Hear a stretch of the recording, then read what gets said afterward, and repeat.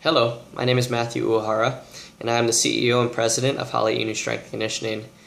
Here at Hale Inu, we specialize in the development of athletes from all the professional ranks, including the Olympics, the NFL, and many more. Because of this exposure to such high-level clientele, I've actually been getting a whole lot of questions coming in on our website lately about what it is we actually really do, our training regimens, the type of food these guys eat. And so what I thought would be cool is that if we open up a YouTube channel where we do a weekly Q&A, and I'll take some of the questions from whether it be Twitter, the comment box, or my website, and I answer one in some depth. And I think that will provide a nice little outlet there for everybody. But before we get started, I first of all want to say thank you. Thank you for being intrigued and interested in what it is that we do. And secondly, I hope you like it. I know I will. I love this stuff. I'm fascinated with this stuff. And I always bother my family and my dinner dates with all of these kind of things. So hopefully this YouTube channel will provide me the outlet to get all of that off my chest and maybe save some of their hearing. So let's not waste any more time, and we'll get into this week's first question. This week the question comes from Philadelphia. It's from Michael, and his question is, if I am trying to get bigger, how many hours a day should I work out? Well, Michael, when I think of the biggest and baddest athletes that walk through my doors, the first thing that comes to mind are my NFL clientele. And so to answer your question, maybe it'd be cool if we go through some of what we do with them. Now, early on in the off season is a little bit different, so I'm going to kind of talk about us gearing up for the year. So this is kind of those 6 weeks right before training camp. This year we did something that's a little bit different, and I think you might like it. I got really good results from it. Our guys got a whole lot bigger. They were really strong, and the most important thing for me as a strength coach is that they moved really well. So when you look at the difference between the lower level athletes and the higher level athletes, the lower level athletes tend to we need to spend more time on some of the intramuscular coordination, and what that means is that how the actual muscle is working, the contractile units, the elastic components, and it's not so much of a global view. I mean, there is definitely that component in that, but we tend to look at it from a smaller perspective. Now, as they get to the higher level, like my guys tend to be, we look at it from more of an intermuscular coordination perspective. And all that means is how are all of our muscles working together? How's the body working together to create movement? And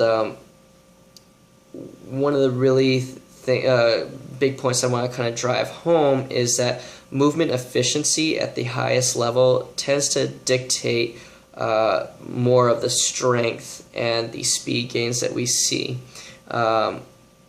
With these strength and speed gains come moving more weight, and with more weight comes more load to the tissue, and with that increased load, we have adaptation, and the adaptation that we see comes in the form of increase in muscle size.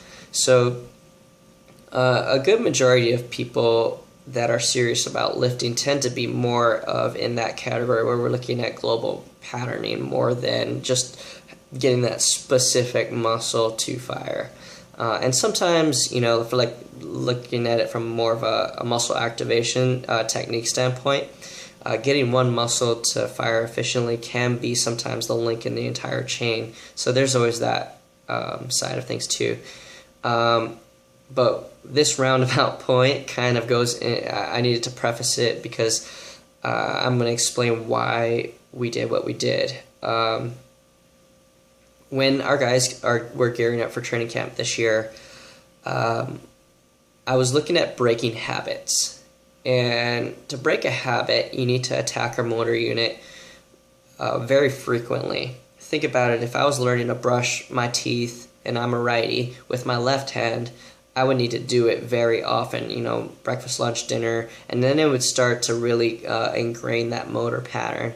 And with that, then I could start to add a little bit more creative strokes to brushing my teeth, or more violent strokes, whatever. But that the same kind of thing comes to with movement and moving weights and getting strong and getting more massive.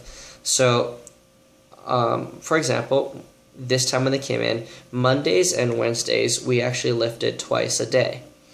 What we did is we did 2 total body lifts, and they were spread out 6 hours in between. So we had them coming in at 7, and then they came in at around anywhere from 1 to 2, and then they lifted.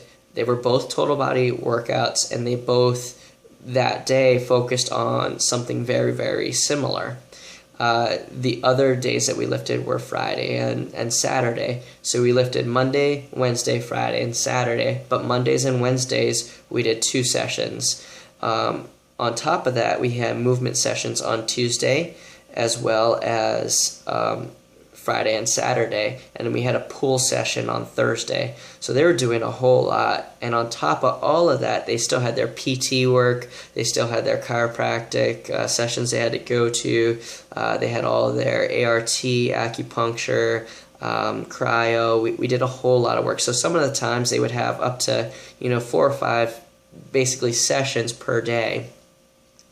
And my point here being is that we actually got a whole lot more gain, not by increasing the amount of time in the gym, but the frequency. So we didn't spend a whole lot of, if you really look at the volume, we didn't spend a whole lot of time, but we hit it more often than what we would typically do. And with that came a more efficient patterning. We broke habits that we had, and we improved movement. And with that, they got stronger, they moved more weight, and then they increased some size as well. So my kind of take-home point for you, Michael, would be that try to, and there's a whole lot of ways to add size, but this is just kind of something that we played with and we got really good results from. Let's try and decrease the amount of overall hours in the gym, but to increase the frequency in which you visit. So say, you could even keep the hours the same. Say we spend an hour a day in the gym typically.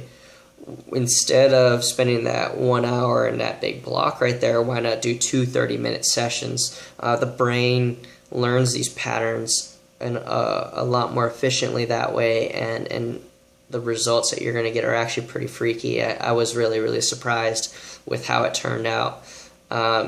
With all that being said, though, it's a gigantic load to the nervous system to do it this way. So recovery needs to be the biggest portion, because that's when we adapt, right? We're doing all this to increase the stimuli, but unless we have the recovery period, we won't make the gains. So that comes down to your nutrition and all that kind of stuff. And we can go about that in future Q&As, but this is more from the training perspective. So again, take-home point, more frequent, less time, and you're going to actually find yourself moving a whole lot more weight, getting bigger, and actually having a whole lot more fun doing it, because you're not going to have to spend so much time there. But yeah, thank you very much for your question, and I think that will sum up Week 1's Q&A. Again, if you have more questions, or if this didn't answer your question purely, then keep asking me questions through the comment box. You can email me through my website. You can get at me at Twitter, and I'll do my best to answer everybody's questions there. So thank you again for tuning in, and hopefully you stick around for this journey. All right, have a great day, and keep working hard.